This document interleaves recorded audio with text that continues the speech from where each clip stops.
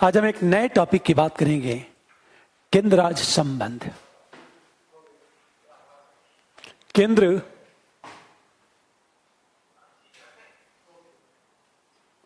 राज्य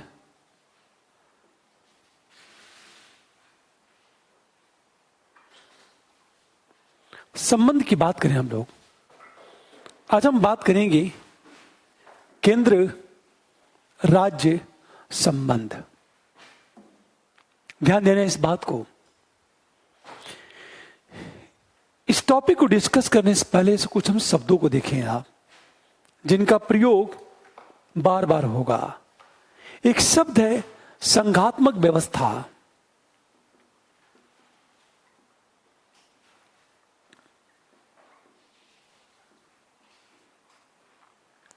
हमेशा ध्यान इस बात को। एक शब्द है संघात्मक व्यवस्था, दूसरा परिसंघात्मक,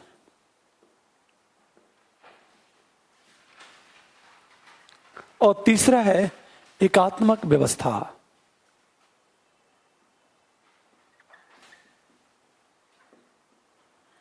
ये तीन शब्द हैं। एक संघात्मक, दूसरा है परिसंघात्मक। इसको कहते हैं फेडरल सिस्टम, इसे कहते हैं कन्फेडरल सिस्टम, इसे कहते हैं यूनिटरी सिस्टम। जो संघात्मक व्यवस्था है, इसमें होता क्या है, एक संविधान होता है और इस संविधान से केंद्र और राज्य को, यह संविधान है। हमेशा ध्यान दो, जब संघात्मक व्यवस्था की बात करेंगे तो एक संविधान होता है और उस संविधान से केंद्र राज्यों के बीच शक्तियों का बंटवारा होता है। मतलब इसी संविधान से शक्ति केंद्र को मिलती है और इसी संविधान से शक्ति राज्य को मिलती है। हमेशा ध्यान दो, केंद्र राज्य दोनों की बात करें, हमेशा ये जो संघात्मक व्यवस्था है, केंद्र और राज्य दोनों को शक्तियां इस संविधान से मिलती हैं। मतलब एक संविधान होगा। यह जो संविधान होता है, लिखित एवं कठोर संविधान होता है और इसी संविधान से केंद्र और राज्य दोनों को शक्तियां दी जाती हैं। इसे कहते हैं संघात्मक। परिसंघात्मक में क्या होता है? परिसंघात्मक में हमेशा ध्यान दो इस बात को, एक केंद्र है। इस शब्द को ध्यान से सुनो, इस बात को। परिसंघात्मक में यह आपका केंद्र है, यह राज्य है या देश कह लो आप। यह कोई देश है। प्रत्येक देश यह संविधान है।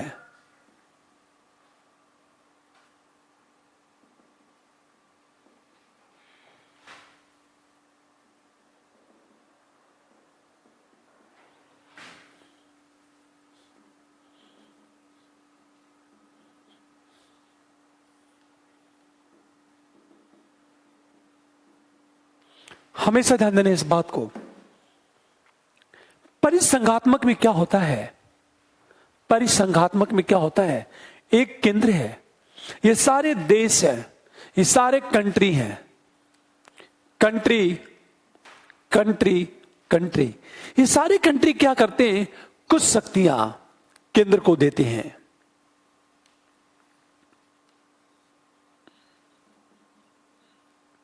शक्ति शक्ति शक्ति और शक्ति की बात करें,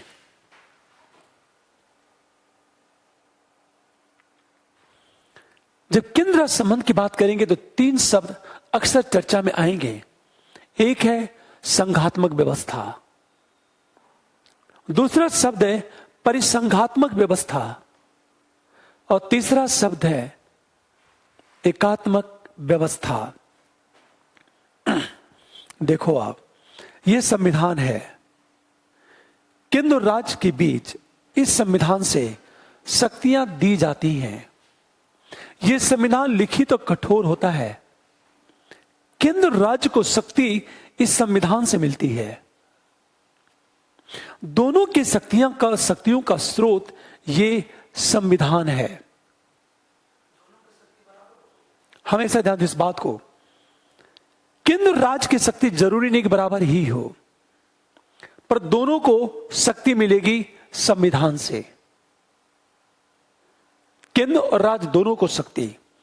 ये जो परिसंघात्मक व्यवस्था है, इसमें एक केंद्र है, ये सारे कंट्री हैं।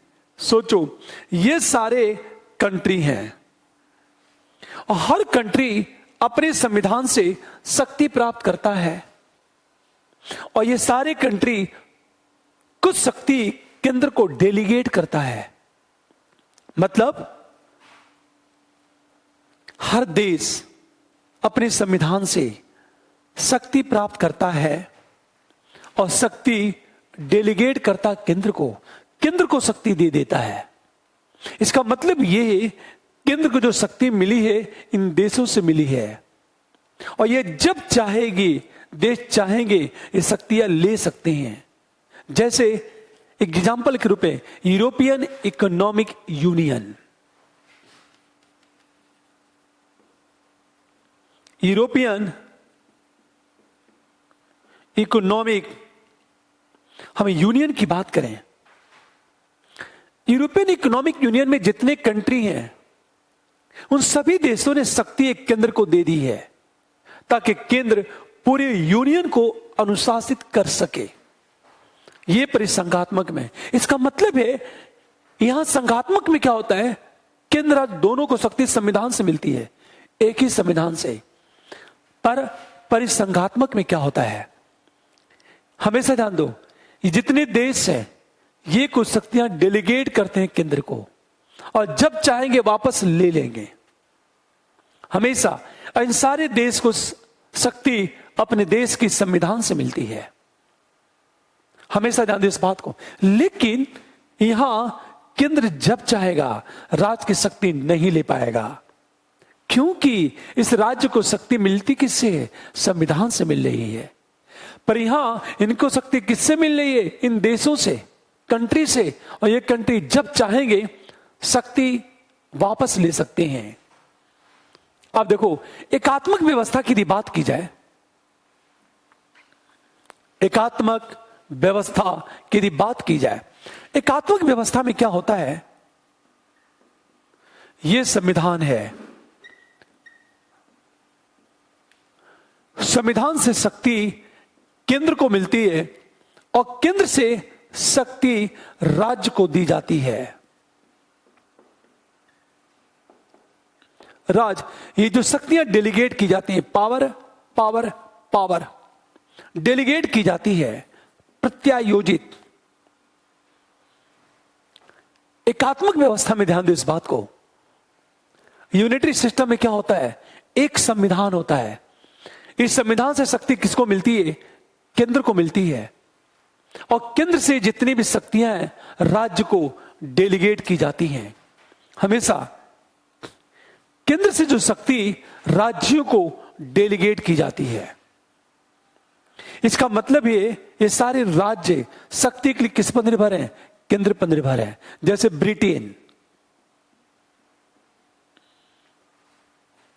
ब्रिटेन में एकात्मक व्यवस्था है। हमेशा ध्यान दो इस बात को। अब सोचो, यदि इनके बीच युद्ध हुआ तो गृह युद्ध कल आएगा, इनके बीच युद्ध हुआ तो युद्ध काल आएगा। हमेशा ध्यान देना इस बात को।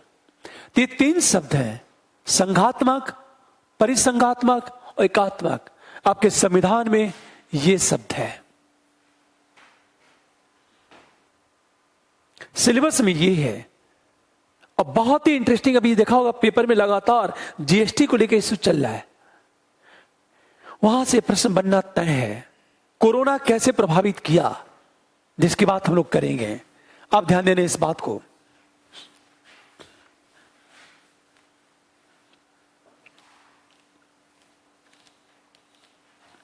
देखो आप, अब हम बात करेंगे संघात्मक व्यवस्था।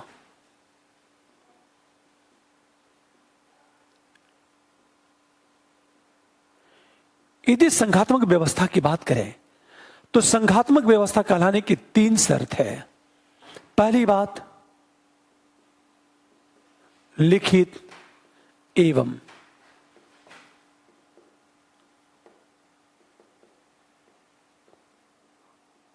कठोर संविधान। पहली शर्त है लिखित और कठोर संविधान है। दूसरी शर्त ये, केंद्र और राज्य के बीच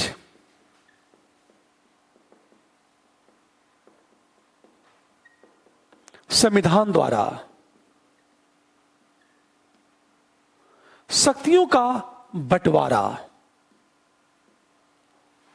और तीसरी चीज, स्वतंत्र सर्वोच्च न्यायपालिका।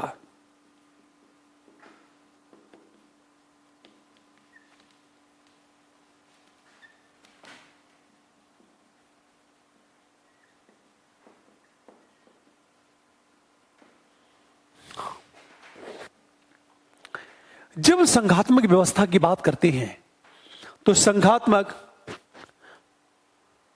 हमेशा ध्यान दें इस बात को, संघात्मक व्यवस्था की 3 शर्त होती है। लिखित और कठोर संविधान हो। इसका अर्थ यह है, जब संविधान में सब कुछ लिखा रहेगा हमेशा। और कठोर संविधान क्यों? ताकि केंद्र मनमाने तरीके से संशोधन न कर पाए। हमेशा कठोर संविधान की बात क्यों की जाती है? ताकि केंद्र मनमाने तरीके से संशोधन न कर पाए। दूसरा, केंद्र और राज्य के बीच संविधान द्वारा शक्तियों का बंटवारा होना चाहिए। संविधान द्वारा शक्तियों का बंटवारा होना चाहिए। और संविधान द्वारा शक्तियों का बंटवारा तभी होगा जब लिखित और कठोर संविधान हो। और तीसरी बात, स्वतंत्र, निष्पक्ष एवं सर्वोच्च न्यायपालिका हो। हमेशा ध्यान दें इस बात को, पूरी बात ध्यान देना। लिखित और कठोर संविधान हो, केंद्र और राज्य के बीच संविधान द्वारा शक्तियों का बंटवारा हो, स्वतंत्र, निष्पक्ष, सर्वोच्च न्यायपालिका हो। यह न्यायपालिका क्यों? ताकि केंद्र और राज्य के बीच शक्तियों को लेकर कोई विवाद उत्पन्न हो। ध्यान देना, केंद्र और राज्य के बीच शक्तियों को लेकर कोई विवाद हो तो न्यायपालिका क्या करेगी? उन विवादों का समाधान करेगी। आप ध्यान देना इस बात को। फिर एक प्रश्न कि भारत जो है एक संघात्मक देश है। भारत एक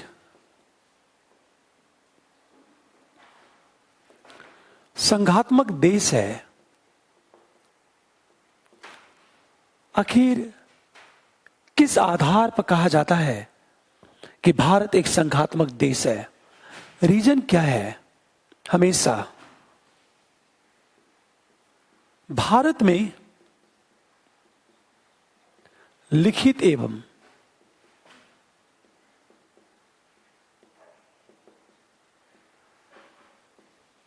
कठोर संविधान है।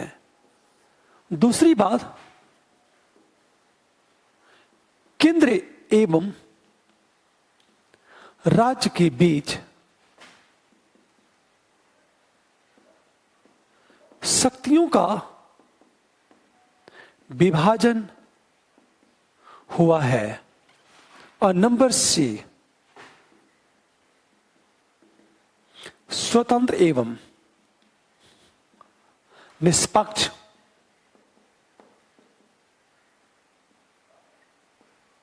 न्यायपालिका है। हमेशा ध्यान देना इस बात को, ताकि केंद्र एवं राज्य के बीच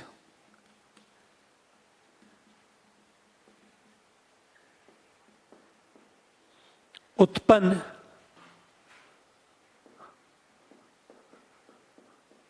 विवादों का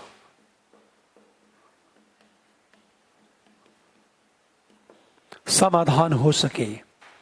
ये 3 बातें की जाती हैं। हमेशा ये कहा जाता है कि जो भारत है एक संघात्मक देश है। आखिर किस आधार पर कहा जाता है कि भारत एक संघात्मक देश है? क्योंकि भारत में लिखित और कठोर संविधान है। कठोर संविधान का मतलब है जिसमें आसानी से संशोधन ना हो। दूसरी चीज बी, केंद्र राज्य के बीच शक्तियों का विभाजन हुआ है हमेशा। और तीसरी बात, स्वतंत्र और निष्पक्ष न्यायपालिका है ताकि केंद्र राज्य के बीच उत्पन्न विवादों का समाधान हो सके। अब एक चीज सोचो आप, यह कहा जाता है कि भारत एक संघात्मक देश है, पर एक प्रश्न उठा, भारत में संघवाद को क्यों स्वीकार किया गया?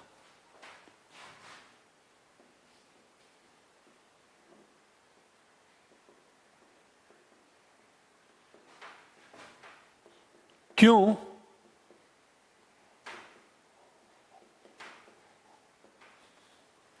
क्यों स्वीकार किया गया?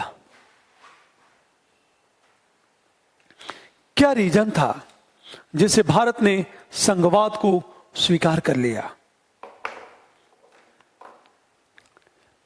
ध्यान से समझना इस बात को। रीजन यह था कि भारत में भौगोलिक और सांस्कृतिक विविधता है। भौगोलिक और सांस्कृतिक विविधता। रीजन क्या था कि भौगोलिक एवं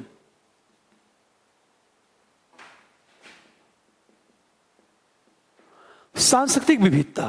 दूसरी बात, प्रत्येक क्षेत्र की अपनी अलग समस्या। हम तीसरी चीज बात करें,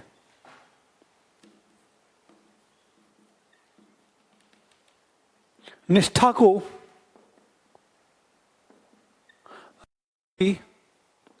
निष्ठा में रूपांतरित करना। और चौथी बात, 1935 के अधिनियम में संघवाद। ये महत्वपूर्ण 4 रीजन है।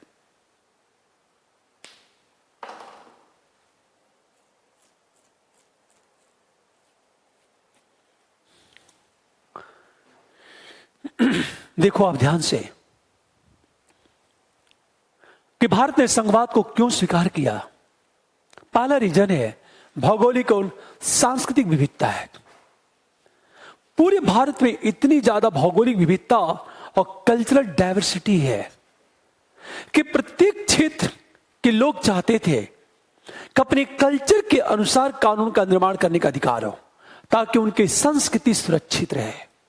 जैसे नॉर्थ ईस्ट का कल्चर अलग है, साउथ इंडिया का कल्चर अलग है, कश्मीर और लद्दाख का कल्चर अलग है।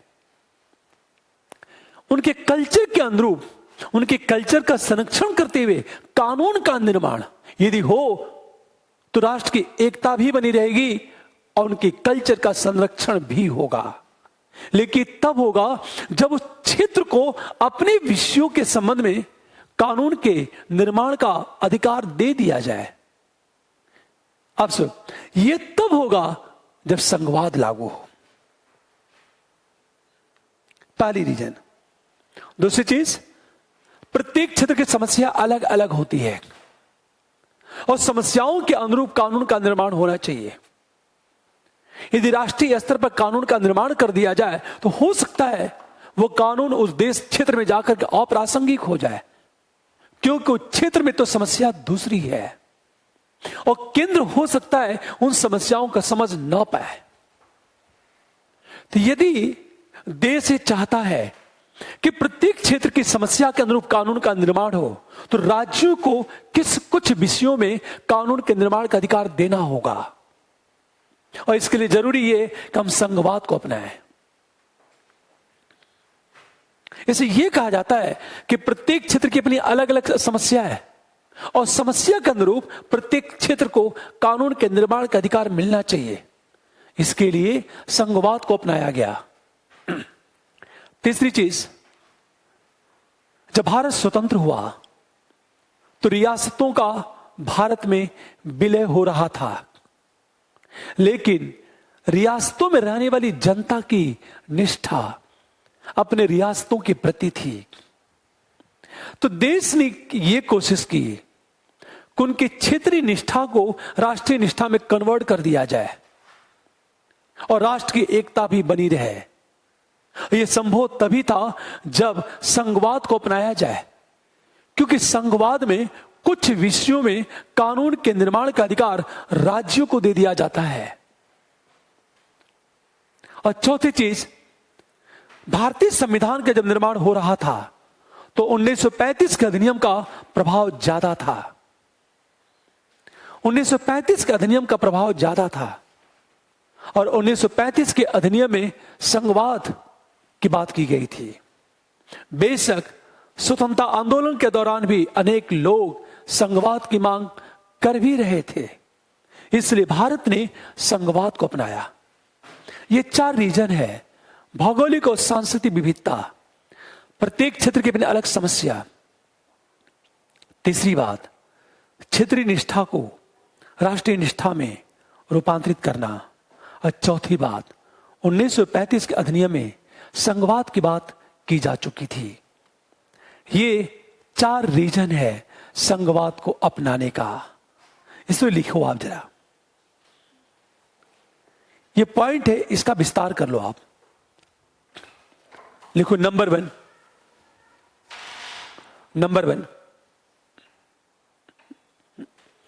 भारत में भौगोलिक एवं भारत में भौगोलिक एवं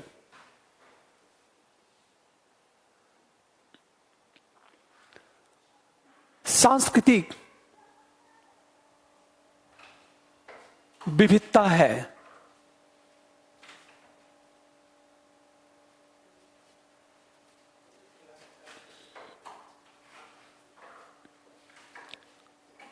इसलिए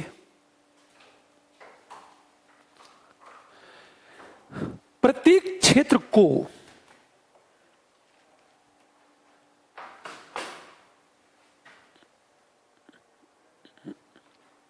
अपनी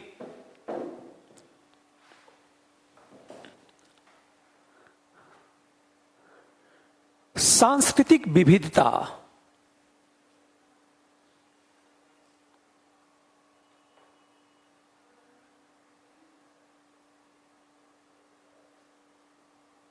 के अनुसार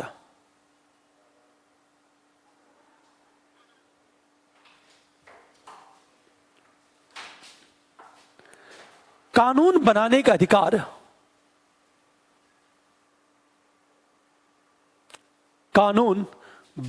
अधिकार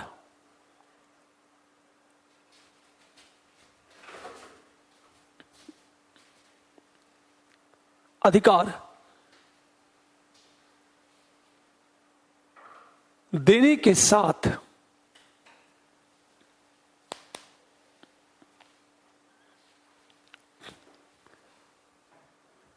राष्ट्रीय एकता को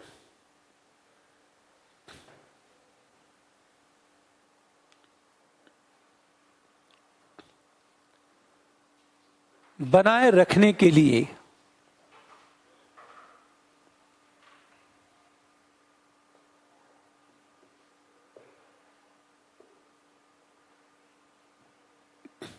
संघवाद को रियासतों के प्रति थी।